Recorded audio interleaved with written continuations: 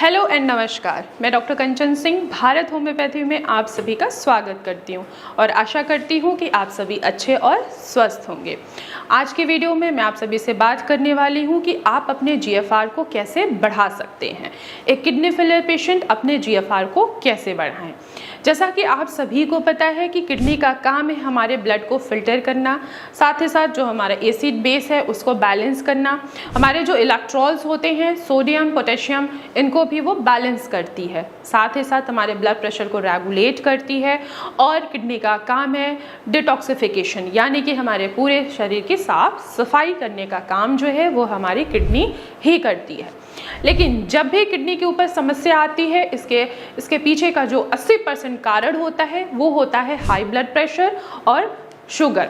High blood pressure की वजह से किडनी धीरे धीरे काम करना कम कर देती है। सेम ऐसे ही जब आप शुगर के पेशेंट हो जाते हैं तो आपके ब्लड में शुगर के कंटेंट डेली बेसिस पे मिलने स्टार्ट हो जाते हैं, जिसके वजह से आपका जो ब्लड है वो गाढ़ा हो जाता है और किडनी उनको फिल्टर करने में सक्षम नहीं होती है। इसके वजह से धीरे धीरे किडनी की फंक्शनिंग होती चली जाती है और एज अ रिजल्ट आपको देखने को ये मिलता है कि आपका क्रेटिनिन बढ़ रहा है, आपका यूरिया बढ़ रहा है, आपका पोटेशियम बढ़ रहा है और साथ ही साथ आपका सोडियम एंड आपका जो यूरिक एसिड है वो भी बढ़ता चला जा रहा है। जो सिम्टम्स दिखाई देते हैं पेशेंट के शरीर पे वो है पाँव में स्वेलिंग होना, फेस पे स्वेलिंग होना, यूरिन के कलर में चेंजेस आना, यूरिन में झाग दिखाई देना और यूरिन का फ्लो जो है वो कम हो जाना, फ्रीक्वेंसी बहुत ज़्यादा बढ़ जाना। इसके अलावा नोजिया होना, वॉमिटिंग होना, ये सारे सिम्टम्स देखने को मिलते हैं। अब आइए बात करते हैं कि आखिर जीएफआर क्या होता है। जीएफआर यानी कि ग्लोमेरुलर फिल्ट्रेशन रेट, ये दर्शाता है कि आपकी किडनी कितनी बेहतर तरीके से फिल्टर कर रही है। अगर आपका जीएफआर 120 प्लस है, इसका ये मतलब है कि किडनी आपकी हेल्दी है, किडनी के ऊपर कोई इंजरी नहीं आई है और आपकी जो किडनी है बहुत अच्छे से फिल्टर कर रही है। अगर वहीं आपका जीएफआर 50 के करीब है तो इसका ये मतलब है कि किडनी में कोई इंजरी आ चुकी है, या वो ब्लड प्रेशर है या वो शुगर है या अदर कोई रीजन है। इसके अलावा अगर आपका जीएफआर 20 से नीचे है तो इसका यही मतलब है कि किडनी काफ़ी हद तक डैमेज हो चुकी है। अगर वहीं आपका जीएफआर 5 के करीब आ गया है तो इसका ये मतलब है किडनी अंदर से डैमेज हो चुकी है, अब आपको डायलिसिस की ज़रूरत है या तो ट्रांसप्लांट की ज़रूरत है, या आपको ऐसे बेहतर इलाज की ज़रूरत है जिससे आप अपने जीएफआर को बढ़ाएं और क्रेटिनिन को कम कर सकें। तो आइए चलिए समझते हैं कि आप अपने जीएफआर को कैसे बढ़ा सकते हैं। अगर आपको अपना जीएफआर बढ़ाना है और अपने क्रेटिनिन के वैल्यू को कम करना है तो फर्स्ट ऑफ ऑल आपको अपनी डाइट से प्रोटीन को कट ऑफ कर देना है। अगर आप बहुत ज़्यादा वीक हैं, बहुत ज़्यादा कमज़ोरी हो रही है तो आप ऐसे प्रोटीन लीजिए जिससे आपकी प्रोटीन की जो कमी है वो फुलफिल हो सके और आपकी किडनी पे किसी भी तरीके का दबाव ना पड़े। जैसे कि मूंग की दाल आप ले सकते हैं, मसूर की दाल ले सकते हैं, इनमें लीन प्रोटीन होता है, ये आपकी किडनी के ऊपर किसी भी तरीके का प्रेशर आने नहीं देता है। तो जैसे ही आपका क्रेटिनिन कम होगा वैसे ही आपका जीएफआर भी धीरे धीरे बढ़ना स्टार्ट हो जाता है। इसके अलावा आपको ऐसे वेजिटेबल्स लेने हैं जो एंटीऑक्सीडेंट से भरपूर हो। ऐसे वेजिटेबल्स लेने हैं जो ज़मीन के ऊपर उगती हैं, जैसे कि लौकी हो गया, घिया हो गया, तोरी हो गई, और अभी समर का सीज़न चल रहा है तो इसमें आपको सफ़ेद पेठा ज़रूर मिलेगा।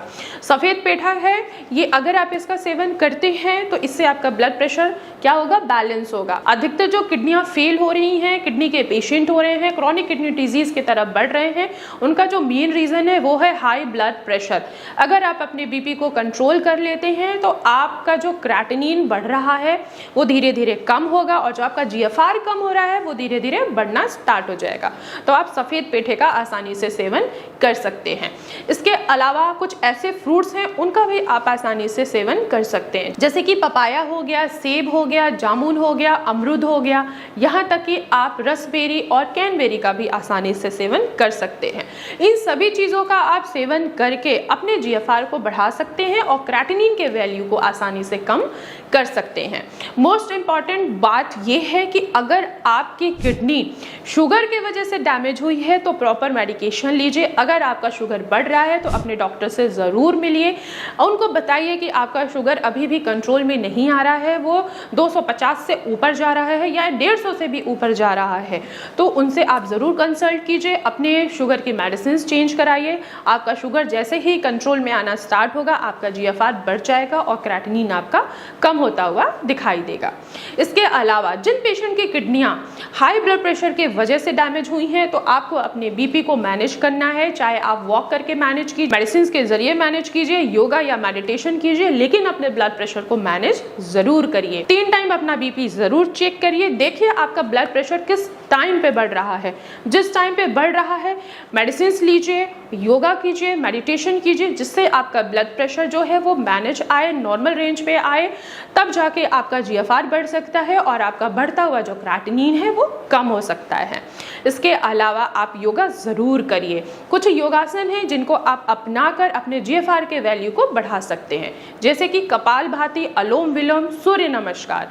इनका अगर आप योगासन करते हैं तो आप अपने GFR को आसानी से बढ़ा सकते हैं। तो मैं आशा करती हूँ कि आप सभी लोगों को समझ में आया होगा कि आप ऐसा क्या उपाय अपनाएं जिससे आप अपने GFR को आसानी से घर बैठे बैठे ही बढ़ा सकते हैं। तो आज की वीडियो में बस इतना ही, फिर मैं मिलूंगी नेक्स्ट वीडियो में। तब तक के लिए धन्यवाद।